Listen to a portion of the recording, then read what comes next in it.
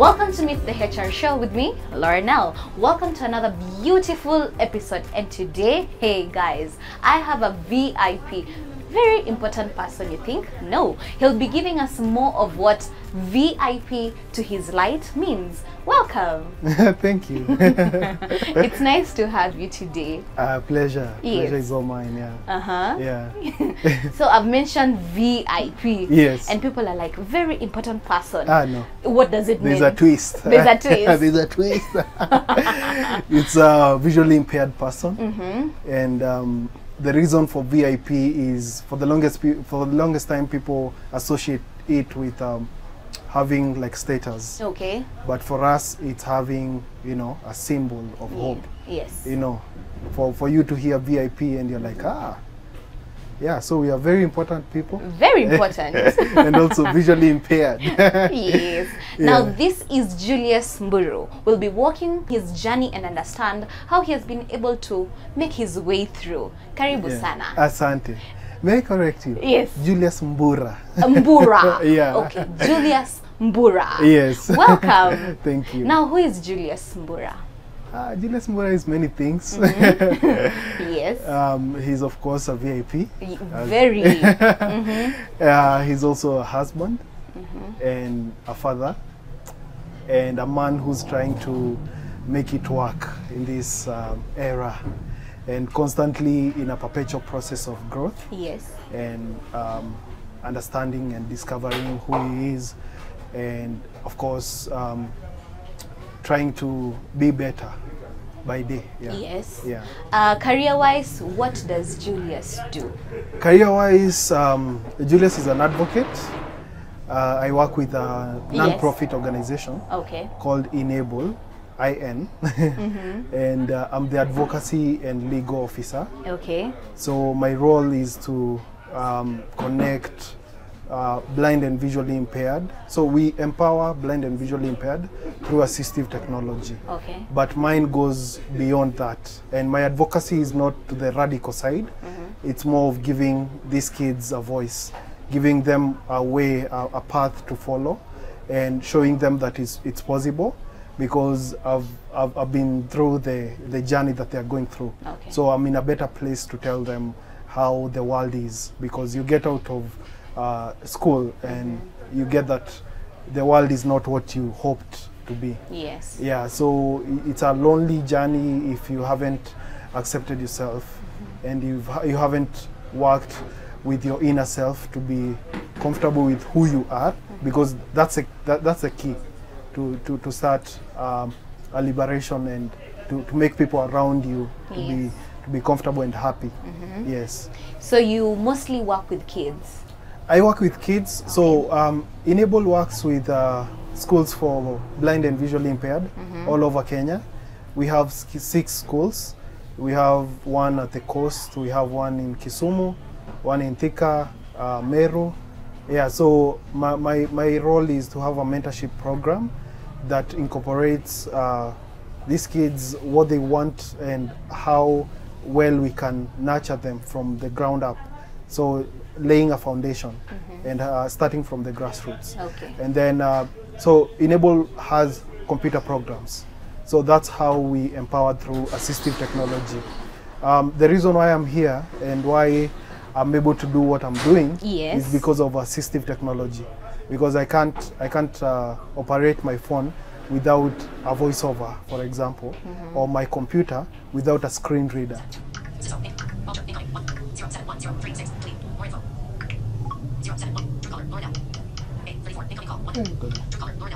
So we normally use screen readers on the computers to make these kids have an exposure to the internet and also other opportunities that were not there while we were in school. Okay. So we are combining. We are walking away from the norm of having Braille being the main mode of communication to using technology. So it's accessibility and technology combined, so that they get to be at par with the rest of the society. Yeah. So while growing up, at what age did you discover that you are a VIP? So I have lost my sight twice in my life. Yes. The first time I was 10 years. The second time it happened 2019, just before my bar exams. Okay. And at the age of 10, it was gradual and abrupt. Okay. So the gradual bit of it, I didn't know what was going on. I couldn't like comprehend that I'm losing sight. So I used to take it out on other kids. If you start telling me, oh, you can't see, I'll just beat you up. And there was this girl in class. Okay. I was in like class 3. She was low vision. So she used to sit next to the board and read. So I was cheeky at the age of 9. Yes. And so I made it like a habit to be going to the board, read, come, record, put it down, and we didn't know what was going on. Okay. Because even mom wasn't sure what is happening. But then mom was called to the school and they discussed, and my performance was really bad. I was flopping in class. Yes. So mom was told, you need to have your kid checked. So I was taken to different eye units, like Kikuyu eye unit, but they didn't see the problem because they were looking at the eye. Okay. If you look at my eye, Yes. it might lie to you that I'm seeing, because my cornea, my lens, everything on the outer part is okay. Yes. But the problem is on the back of the eye, the inner side. So the distortion comes in between the lens and where the optic nerves take the information from the retina to process into, memories, pictures, what you're seeing, color, and all that. Yeah. So I have a condition called maculopathy. Okay. And this was discovered after I lost my sight. There are these doctors who came from the US, and they were specialists with the back of the eye. So they told me it's maculopathy, it's genetic. So, biology, recessive, and yeah. When you start mentioning the recessive and the hair, some people remained there at the lenses. Okay. Let me make it simple. Okay. It's a degenerative condition. Yes. So it gets worse with age, and it's mostly prevalent in male than female. Yes. So my mom was a carrier, and my biological father, same. He was a carrier. You can be a carrier as a male, and it won't like manifest. But for me, it now, it came together, and it just merged. It happened. Biology happened. It happened, yeah. Now, after 10 years, now you've already been diagnosed with it. Yeah. Did you continue with the normal schooling? Or? No. I was now taken to a blind school. Okay. It's called Thika. Yes. School for the blind, primary now. And I had to be taken classes behind, so that I get to know how to use Braille. Yes. Mobility using a white cane like this one. And also adjusting to the new reality that what I used to depend on is gone. Yes. Then after like a year and a half, it started coming back again. Yeah. Then after like 6-7 months, started going down again. So it was like a roller coaster, So it comes, then it goes. Yeah. It comes, then it goes. But I was prescribed for glasses. Yes. And I used them from class 4 to class 8. Yes. And this high magnification, especially on the plus side, they drain your eyesight to a point where in class 8 I was told by the doctors, kindly revert back to doing Braille. So high school I did pure Braille. Yeah. So that is it till high school. Yes. High school you've already completed. Yeah. KCSE, we are done with it. Yes. How did you transition now to wanting to become an advocate or the lawyer part? Okay. Yes. This happened after Form 4. So the courses that we had chosen, the list you normally have. Yes. In Form 4. I had not put education as one of the courses that I wanted to take. Yeah, but now coming out, the Joint Association Board for the university, the health part, yes, they told me that you've been called to Kenyatta University, yes, to do special education, and my heart was in theater and film technology. Yeah, so I had to do investigations of if I'm I'm capable enough to actually handle, because I wanted to be a director, producer, actor, everything. Presenter. Combined. Presenter, anchor, whatever. Yes. But they told me that I can only be the side of script writing, because I can't handle machines, you know, because of my limitation of sight. Then the back and forth with the job people, because I didn't want to go to KU. I deliberately wanted to get away from there, because there is a culture in KU. Because KU has been really good with special needs. Yes. So most people feel comfortable. Then I knew if I go there, I'll be, you know, in a comfort zone, because I'm with my peers.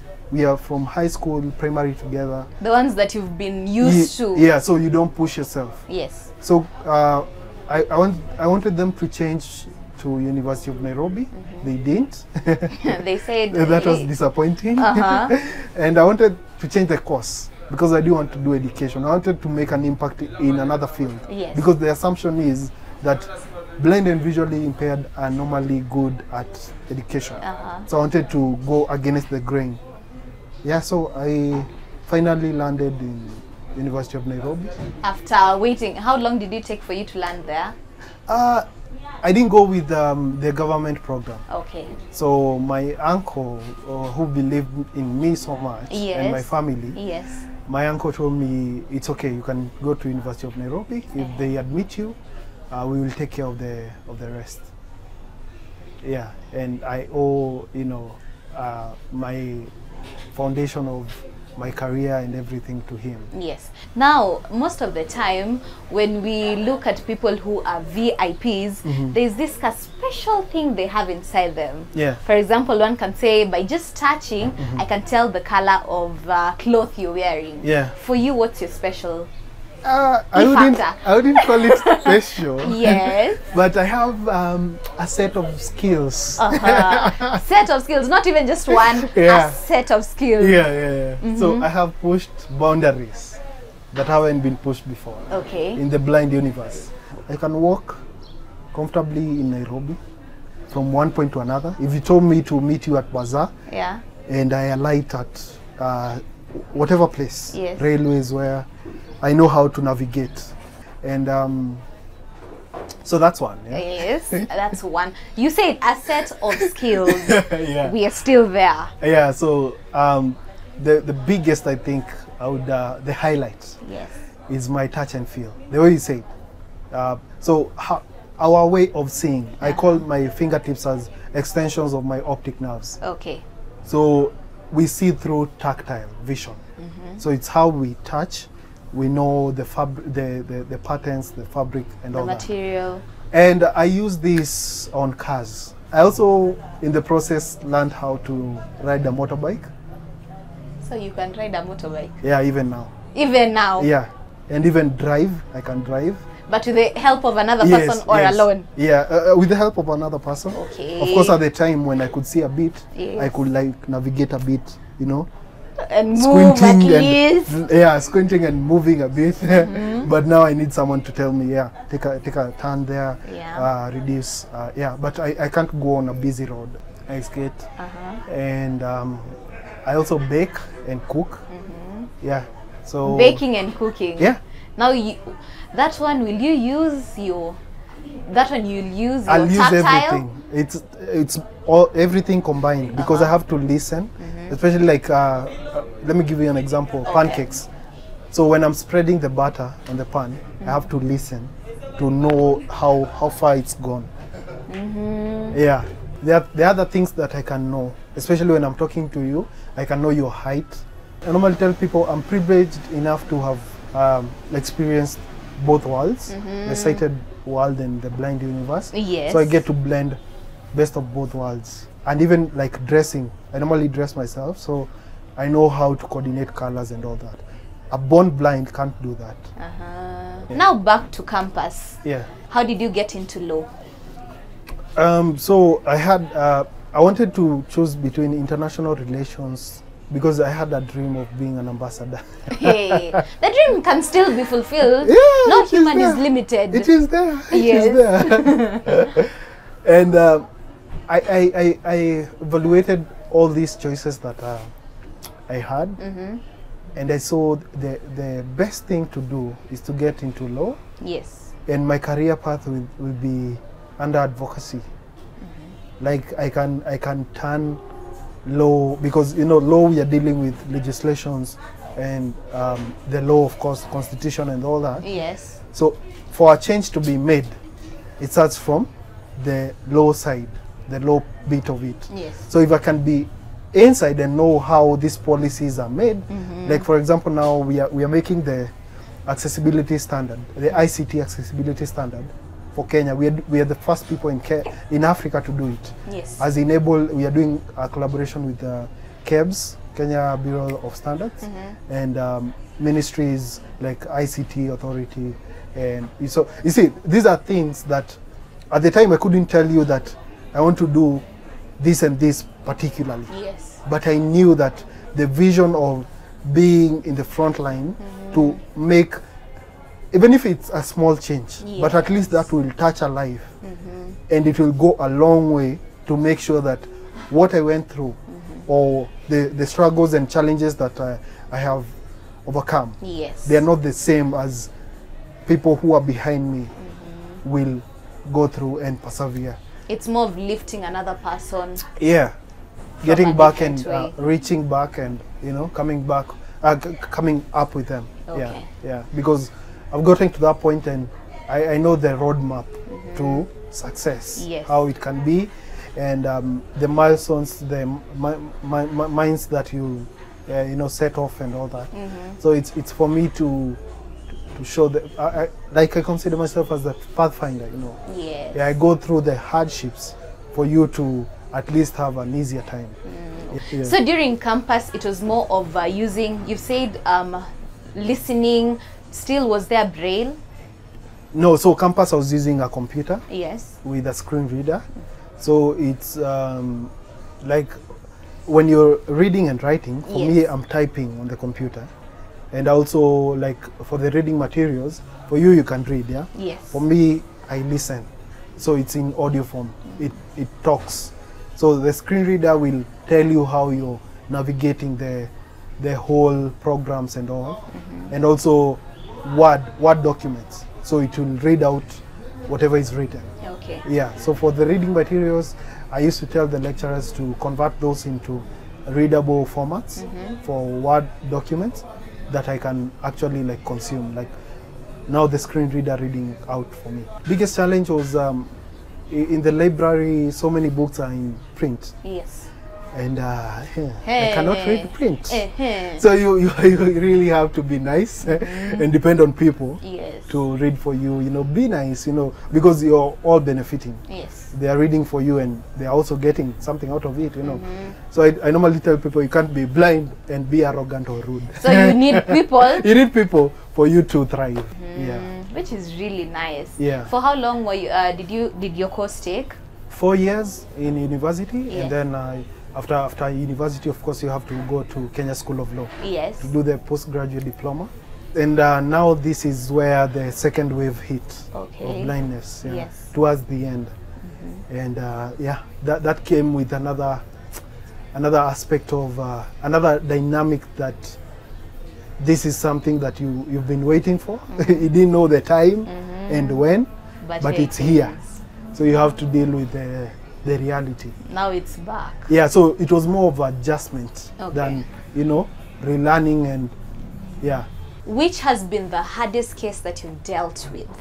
I think going back to the foundation level, dealing with kids and hearing what they are going through, especially the stigma that is there, and people think that we are at that point where we can say we are all equal, but the reality is on the ground things are different. Vitu ni different kabisa. Yeah, so there's that stigma that is still there. And it's because of the parameters that has been there for the longest time. It being a culture that is very dominant and, you know, self-proclaiming, like you're pushing agenda that is not favorable to the next person. And you put things in place to help people, like a person with disabilities, Yes. but you're not putting it as inclusive. Like the financial system, the banking sector, Yeah. during the COVID, the pandemic period, you wonder how, you know, people with disabilities, different disabilities, cope with transacting, and you know, Yes. yeah. So the reality of how uninclusive the society is, I think that's the hardest, and we're still trying to make strides. And the ICT policy will be not the ICT policy, the standard, because we are trying to make regulators and policy makers understand that you need to accommodate PWDs, persons with disabilities, from the onset. You don't build bridges afterwards. Yeah. You are a lover of technology. Yes. When you decide now I need to do my car reviews, what prompted you? It's the uniqueness of it, and also I saw a chance of disrupting the norm. It being a site-dominated world, you know, cars, you're attracted by what you're seeing. Yes. The paint job, the fenders, everything that is in, you know, being put together to come out with this stunning machine. But I wanted to show people that they can appreciate cars through a different dimension. The bonnet actually has two lines that give it elegance, you know, a bit of presence, and that aggressiveness. And also we come here, the ground clearance, guys, this one is on the platform of an Impreza. I can tell cars by how they rev, on what gear they are at and what speed, by just listening. By just having to listen. So it's just tapping into other senses and getting to enjoy what you're passionate about without taking anything away. Yeah, so the lack of sight doesn't mean that I can't live my life. That's true. Know? Yeah, the lack of doesn't take anything away from me. You have one of the fastest growing YouTube channels. Yeah. What's the secret? Secret is just being yourself. Yes. And getting to, you know, show people that it's possible and inspiring lives.